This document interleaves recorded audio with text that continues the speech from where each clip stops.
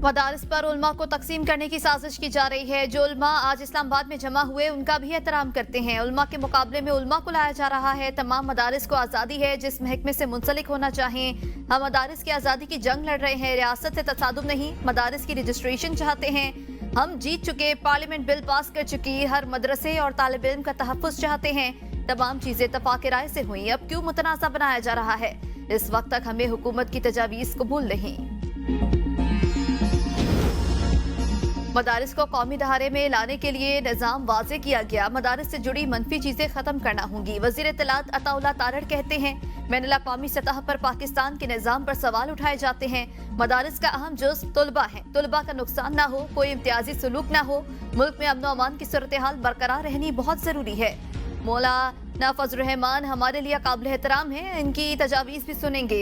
वज़ीर तालीम खालिद मकबूल सदीकी बोले, मदारिस हमारे लिए हौसला है, हुकूमत हर मुमकिन ताउन करेगी। रजिस्ट्रेशन का मकसद मदारिस को कंट्रोल नहीं करना था। वज़ीर मज़हबी उमूर चौधरी सालिह हुसैन ने कहा, मदारिस के मामले पर उलमाए कराम ने बेहतर रहनुमाई की। मदारिस के तुलबा के मुस्तकबिल के लिए जो मुमकिन हो सका करेंगे। असरे तालीम के मुआशरे पर मस्बत असरात मुरतब होंगे। मदारिस इस्लाहात इजलास उलमा की मसले को मुज़ाकरात के जरिए हल करने की तजवीज़। अल्लामा राग़िब नईमी ने इजलास से खिताब करते हुए कहा, मदारिस का मामला मजहबी है, इसे सियासी अखाड़ा ना बनाया जाए। अल्लामा ताहिर अशरफी बोले, हमने हमेशा मदरसे की इज्जत और वक़ार के लिए जंग लड़ी। कैसे हो सकता है मदारिस का कोई मामला आए और हम सफ़े अव्वल में ना हो? ये नहीं होना चाहिए कि मेरे पास कुव्वत है। हम नहीं चाहते कि कोई मुजाहिरे हों। क्या बैरूनी एजेंडे वाला आकर हमें मदरसे में तालीम पर डिक्टेशन दे सकता है? इस्लाम और कुरान के नाम पर दहशत गर्दी करने वाले का दीन से कोई ताल्लुक नहीं। ये कैसे मुमकिन है कि मदरसे के मामले पर हम समझौता कर लें? अल्लामा जवाद नकवी ने कहा, गलत हुकूमती पॉलिसियों के बायस हालात कशीदा हो रहे हैं। मदारिस और उलमा के दरमियान फासले खत्म होने चाहिए। हुकूमत मौलाना फजलुर रहमान से मुज़ाकरात करे। डीजी मजहबी तालीम मेजर जनरल रिटायर्ड गुलाम कमर ने कहा, मदारिस को कौमी धारे में लाने के लिए रजिस्ट्रेशन का अमल शुरू किया गया। 2019 में हुकूमत और उलमा के दरमियान अहम मुआहदा तय पाया, जिसके तहत तमाम मदारिस डायरेक्टोरेट एजुकेशन से रजिस्टर्ड हुए। रजिस्टर्ड मदारिस के असातिज़ा को वजारत तालीम तनख्वाहें फराहम करती है। हमारे मदारिस के तुलबा फौज, ब्यूरोक्रेसी समेत तमाम मैदानों में जा सकते हैं। फौजी अदालतों को केसेस का फैसला सुनाने की इजाजत देने की हुकूमती इस्तदा मुस्तरद। समाअत मौखर करने की दरख्वास्त भी खारिज। साबिक chief justice Jawad S Khawaja को 20,000 रुपए जुर्माना आयद। सुप्रीम कोर्ट के आईनी बेंच ने रिमार्क्स में कहा, मुकदमात का फैसला सुनाने की इजाजत देने का मतलब फौजी अदालतों के इख्तियार तस्लीम करना होगा। दौरान समाअत जस्टिस मोहम्मद अली मजहर ने रिमार्क्स में कहा, हर समाअत पर आपके मौक्किल की जानिब से कोई दरख्वास्त आ जाती है, कभी बेंच पर एतराज उठाया जाता है और कभी केस न चलाने के लिए कितने लोग जेल में हैं। आपकी वजह से फैसले में ताखीर हो रही है। जस्टिस जमाल मंदुखेल ने रिमार्क्स में कहा, आपका कोई प्यारा जेर हिरासत नहीं, इसलिए ताखीर चाहते हैं। अगर अदालत का दायरा इख्तियार तस्लीम नहीं करते तो यहाँ से चले जाएं। सुप्रीम कोर्ट आईनी तरमीम के तहत ही काम कर रही है। जो भी बेंच बन रहे हैं नई तरमीम के तहत ही बन रहे हैं। आईनी तरमीम का मुकदमा भी तरमीम के तहत बनने वाला बेंच ही सुनेगा।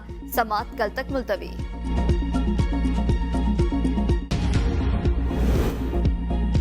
आदिल बाज़ाई को रीसीट करने का इलेक्शन कमीशन का फैसला मुअत्तल। रुकनियत बहाल। सुप्रीम कोर्ट आईनी बेंच ने इलेक्शन कमीशन समेत फरीकैन को नोटिस जारी कर दिए। दौरान समाअत आदिल बाज़ाई के वकील का मखसूस नशिस्तों से मुतालिक फैसले का हवाला। जस्टिस मंसूर अली शाह ने वकील से मुकालमा करते हुए कहा, आप वाकई मखसूस नशिस्तों के फैसले पर इन्हिसार करना चाहते हैं। जस्टिस अकील अब्बासी ने कहा, अब तो वो कहते हैं तरमीम भी आ चुकी। जस्टिस मंसूर अली शाह ने रिमार्क्स में कहा, अगर आदिल बाज़ाई के हलफनामों का मामला सिविल कोर्ट में था तो इलेक्शन कमीशन के दायरा इख्तियार कैसे है? क्या इलेक्शन कमीशन सिविल कोर्ट के ज़ेर-इल्तवा मामले पर नोटिस ले सकता है? पहले इलेक्शन कमीशन के दायरा इख्तियार का मामला तय करे। किसी को असेंबली से बाहर निकाल देना मामूली कार्रवाई नहीं। जस्टिस आयशा मलिक ने रिमार्क्स में कहा, आदिल बाज़ाई के 2 हल्फनामे हैं और वो कहते हैं उन्होंने दूसरे पर दस्तखत किया। क्या इलेक्शन कमीशन फ्रॉड पर इंक्वायरी कर सकता है? सिविल नाफरमानी की तहरीक अभी फाइनल नहीं हुई। बानी पीटीआई से मुलाकात के बाद चीजें फाइनल होंगी। पीटीआई पर पाबंदी लगाने की बातें करने वाले अपनी औकात में रहे। चादर से पाँव बाहर करोगे तो ना तुम रहोगे ना चादर। वज़ीर आला खैबर पख्तूनख्वा अली अमीन के सहाफियों से गुफ्तगू। कहा, हमारी ख्वाहिश है बानी पीटीआई को खैबर पख्तूनख्वा मुंतकिल किया जाए, लेकिन मुंतकिल करने के बजाय हम चाहते हैं कि रिहाई मुमकिन हो। जो जल्द होगी। डी चौक में बुशरा बीबी को अकेले छोड़ जाने पर बुशरा बीबी खुद जवाब दे सकती है। तकरीब से खिताब में अली अमीन ने कहा, मुआशरे में करप्शन हो रही है और हम इसका हिस्सा हैं। हम किसी के बारे में राय कायम कर लेने में जल्दबाजी करते हैं। हुकूमत बानी पीटीआई को सिविल नाफरमानी की तहरीक करने दे, ये शौक भी पूरा कर ले। वजीर दिफा ख्वाजा आसिफ की ABN न्यूज से गुफ्तगू। कहा, बानी पीटीआई के कौन से मुतालिबात हैं जो मुल्क और कौम के मुफाद में हैं। रियासत न पहले ब्लैकमेल हुई है और न अब होगी। बानी पीटीआई आहिस्ता आहिस्ता बेनकाब हो रहे हैं, मजीद बेनकाब हो जाएंगे। इनके पास इस किस्म की बढ़के मारने का भी कोई जवाब बाकी नहीं रह जाएगा। बानी पीटीआई को अदालतों के जरिए रिलीफ मिलेगा। बानी पीटीआई का वाहिद टारगेट सिर्फ पाकिस्तान को नुकसान पहुंचाना है। बानी पीटीआई ने पहले भी सिविल नाफरमानी की कॉल दी थी। वजीर इत्तला सिंध शर्जील मेमन की प्रेस कॉन्फ्रेंस कहते हैं कि पीटीआई के तमाम फैसले सिविल नाफरमानी में शामिल होते हैं। बानी पीटीआई गैर मुल्की एजेंडे पर चल रहे हैं, आए रोज इस्लामाबाद पर अलगार कर रहे हैं, जिसके बाइस पाकिस्तान का नुकसान हो रहा है। हुकूमत बेबस, IMF के एक और शर्त पर अमल दरामद। गंदम की इमदादी कीमत मुकर्रर करने की पॉलिसी तर्क। जराये के मुताबिक हुकूमत हर साल गंदम फसल की बुआई के मौके पर इमदादी कीमत मुकर्रर करती है। इस बार बुआई मुकम्मल होने के बावजूद इमदादी कीमत का ऐलान नहीं किया गया। IMF ने हुकूमत को गन्ने और गंदम की इमदादी कीमत मुकर्रर करने से रोका था। IMF कीमतों के तयन के लिए फ्री मार्केट का ख्वाह है।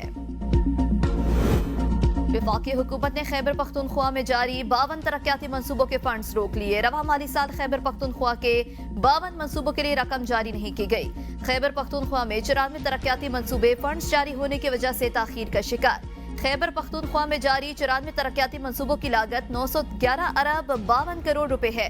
खैबर पख्तूनख्वा में जारी 42 मंसूबों के लिए सिर्फ 6 अरब 29 करोड़ जारी किए गए। मरियम नवाज का चीन में पहला रोज मेट्रो ट्रेन नेटवर्क को बढ़ाने का ऐलान। वज़ीर आला मरियम नवाज शरीफ ने दौराने हाजिया मेडिकल टेक्नोलॉजी फर्म का दौरा किया, जबकि सदर से मुलाकात भी की। वज़ीर आला पंजाब की मौजूदगी में हाजिया मेडिकल टेक्नोलॉजी से MOU पर दस्तखत। कैंसर के इलाज के लिए दरकार मशीनरी के बारे में ब्रीफिंग दी गई। मरियम नवाज ने कैंसर के इलाज के लिए चीन में राइज तरीकाकार का जायजा लिया। वज़ीर आला पंजाब ने बीजिंग में म्यूनिसिपल कमीशन ऑफ ट्रांसपोर्ट का भी दौरा किया। बीजिंग ट्रांसपोर्ट सिस्टम के स्टेट ऑफ आर्ट मरकजी कंट्रोल रूम का मुआयना। कहा, लाहौर और दीगर शहरों में मेट्रो ट्रेन नेटवर्क को बढ़ाएंगे।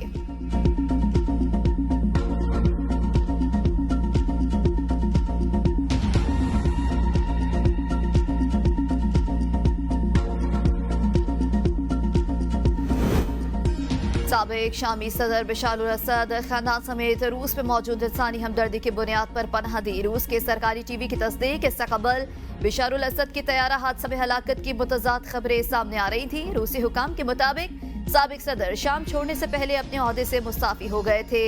महल छोड़ने से कबल हुकाम को इक़्तिदार की पुरअमन मुंतकली की भी हिदायत की।